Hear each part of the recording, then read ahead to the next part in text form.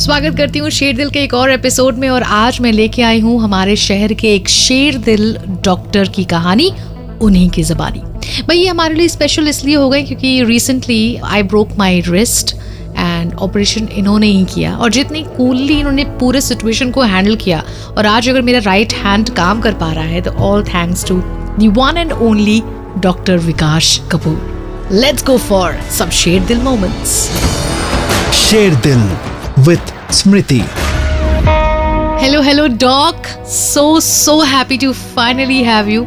काफ़ी दिनों से मैं आपको बोल रही थी कि let's do this podcast and thank you कि आपने फाइनली एग्री किया। But let me tell everyone जो इस वक्त इस पॉडकास्ट को सुन रहे हैं, डॉक्टर साहब काफ़ी बिजी रहते हैं।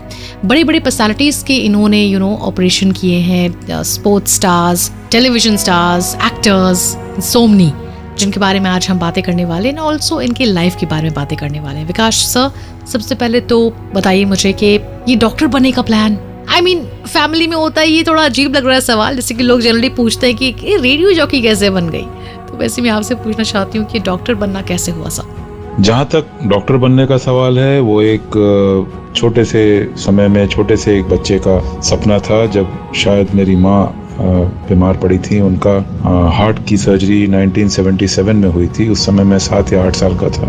तो जिस डॉक्टर ने मेरी माँ की हार्ट सर्जरी की थी, इस देश में उस समय सिर्फ एक जगह होती थी और लिमिटेड रिसोर्सेज थे।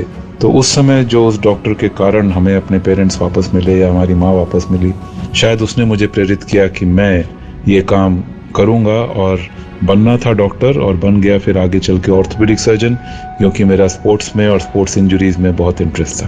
That's incredible doctor. वैसे आपने इतने सारे सेलिब्रिटीज को ऑपरेट किया है, उनकी ट्रीटमेंट करी है, प्लीज बताइए किन किन के आपने ट्रीटमेंट करी है?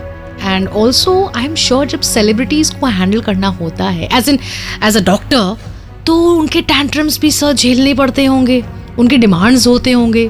Please tell us all. Special request के मामले में मेरे ख्याल से जो ट्रू सेलिब्रिटीज मैंने देखे हैं, और ट्रूली लाइफ में जो सेलिब्रेटेड लोग होते हैं, वो सबसे ज़्यादा हम्बल होते हैं। वो कभी कुछ भी डिमांड नहीं करते हैं। मैंने बहुत से ऐसे लोगों को देखा है जिसके बारे में सोसाइटी बहुत बड़ी बड़ी बातें करती थी, लेकिन मैंने उनसे शायद वो सबसे अच्छे, सबसे समझदार और सबसे ज़्यादा कोऑपरेटिव पेशेंट्स। और जहाँ तक डिमांड्स की बात है, तो डिमांड्स उनकी तरफ से ज़्यादा आती हैं जो कि बहुत पैम्पर्ड होते हैं, और मैं उनके बुरे समय में उनको कभी डिनाई नहीं करना चाहता। सबसे ज़्यादा डिमांड आती है फूड की, क्योंकि उनको एक तरह का खाना पसंद होता है, वो वैसा खाना चाहते हैं। और जहाँ तक नाम लेने की बात है, मैं सेलिब्रिटीज़ का नाम इसलिए नहीं लेना चाहता कि प्राइवेसी इश्यूज होते हैं, बट उषा उत्थुपदी has herself gone out to the world and claimed, and I would say that she is one of my top favorite patients, जिनका मैंने नी रिप्लेसमेंट किया था। ऑल्सो रिसेंटली मैं जब गई थी तो आपने कोयल मलिक की भी ट्रीटमेंट करी थी वाइल शूटिंग, उनको इंजरी हुआ था, आई रिमेम्बर दैट। सो या सर, इतने सारे अवार्ड्स आपके ऑफिस में रखे हुए हैं, I was seeing all of them. I think पूरा एक वक्त लग जाएगा, आप उनको आराम से बैठ के देखोगे, पढ़ोगे, achievements, rewards. Any special reward that you remember and you would like to talk about? ये जो अवार्ड्स हैं, ये जो ट्रॉफीज़ हैं, ये आपकी लाइफ की जर्नी होते हैं। मेरे ख्याल से तुम्हें भी बहुत से मिले होंगे, और हर एक को जीवन के सफ़र में हर तरह के अवार्ड्स मिलते हैं। ये आपके मटेरियलिस्टिक गेन या जो अच्छा समय आपने लोगों को दिया है, उसकी एक कद्र होती है। आजकल के ज़माने में अवार्ड्स कई तरह से मिलते हैं और बहुत तरह के लांछन लगाए जाते हैं अवार्ड्स पे, बट हमें एज डॉक्टर्स ज़्यादातर अप्रिशिएशन के अवार्ड्स मिलते हैं, एकेडमिक्स के मिलते हैं, स्किल के मिलते हैं। लेकिन मेरा ट्रू अवार्ड वो होता है जो गांव से कोई अपने घर का बना हुआ गुड़ ला के देता है, या एक गरीब पेशेंट जब मेरे पास आता है और कुछ अपने घर से बनवा के लाता है, इस आशा में कि मैं खाऊंगा, क्योंकि मुझे खाने का समय नहीं मिलता है।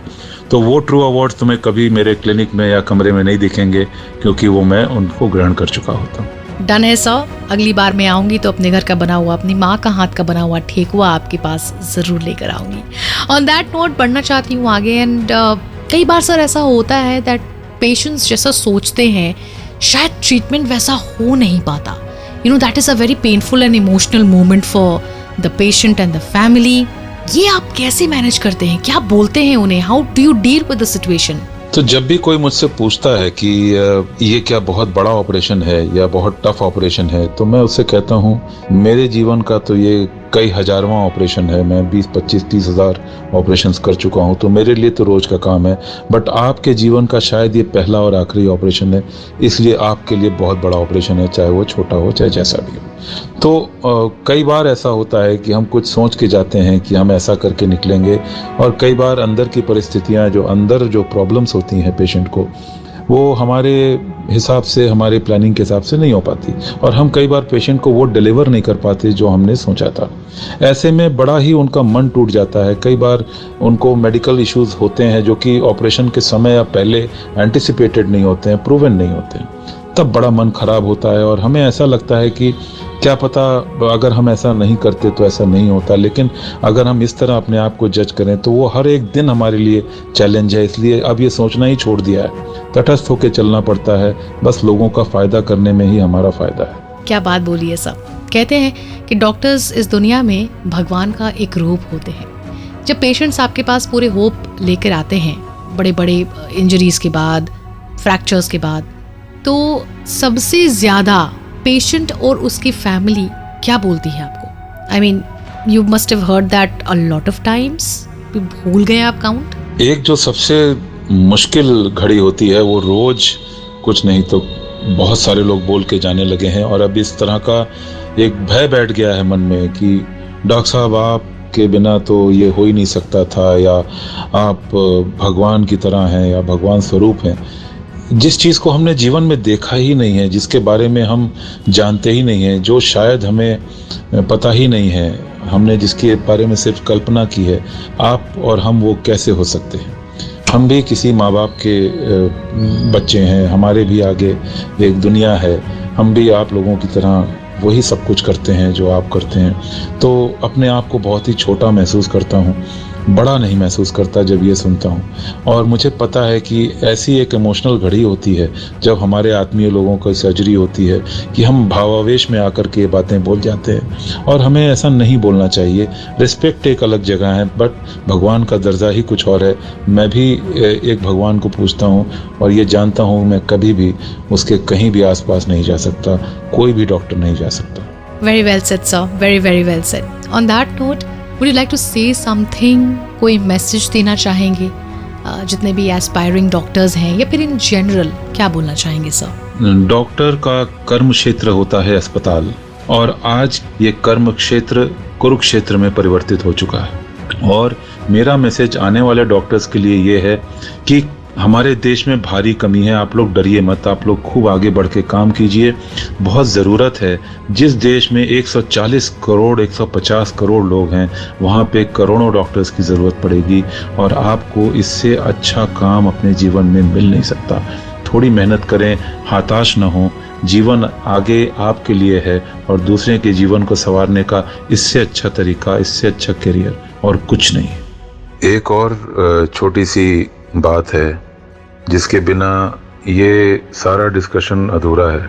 शायद मैं पहले नहीं बोल पाया, लेकिन जो सबसे बड़ा योगदान मेरे जीवन में, जो सबसे बड़ा अवार्ड मेरी लाइफ में है, वो मेरे पीछे मेरा परिवार, मेरे माता पिता का आशीर्वाद, मेरी वाइफ डॉक्टर पूनम का दोहरा रोल मेरी लाइफ में, जो कि एक बिजी डॉक्टर होने के साथ साथ सबकी देखभाल करना, और मेरे पीछे जो डबल इंजन है वो मेरे पेरेंट्स और मेरी वाइफ, और जिनके कारण आज मैं जहाँ भी पहुँच पाया हूँ।